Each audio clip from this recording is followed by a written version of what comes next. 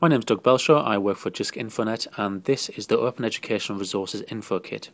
It's a synthesis of the findings from a Higher Education Academy and Jisc program funded by HEFKI to the tune of 5.7 million.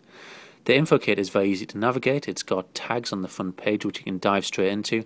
Let's take accessibility for example. Clicking on there takes you to a list of pages which have been tagged accessibility. This one has been developed with the assistance of Jisc Tech Days, who advise on accessibility considerations. And it's all to do with open education resources and accessibility. Going back to the home page, the link at the top about the OER infoKit talks to you about what the OER infoKit is, Creative Commons licensing, and why we decided to use dandelions as a motif for the OER infoKit. Back to the home page. More details on the Higher Education Academy and Jisc program funded by HEFKI can be found here. And then over on the right hand side, perhaps my favourite page on the infoKit is OER myths. This talks about some of the things which are true and some things which are false about open education resources, including a rather wonderful diagram which talks about how open education resources are a bit like milk. That was created by David Cornforth and conceived by Lou McGill. The glossary has information on all of the jargon words involved in OERs, as well as some of the common acronyms.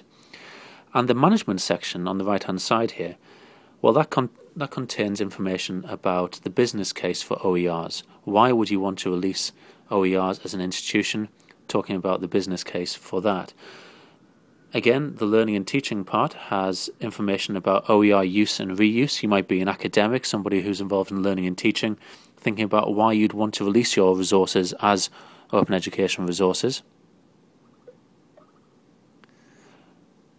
If you're involved in technical and data management considerations, then the next section is for you. That's got information and overview guidance, as well as some more specific guidance linked to from Jisc.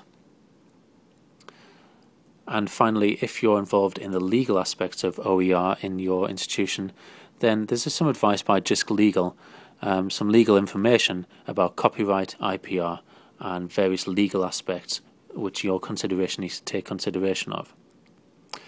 The Open Education Resources program, which was funded by HEFKI, there's information about that and the Phase 2 and the case studies which are coming out later in the academic year 2010-11.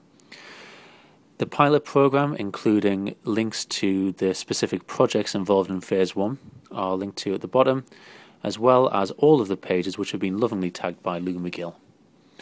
Upcoming and past OER events are listed. You can add your own one in there, or you can send it along to Doug Belshaw at Jisc infoNet, and I'll add it there for you.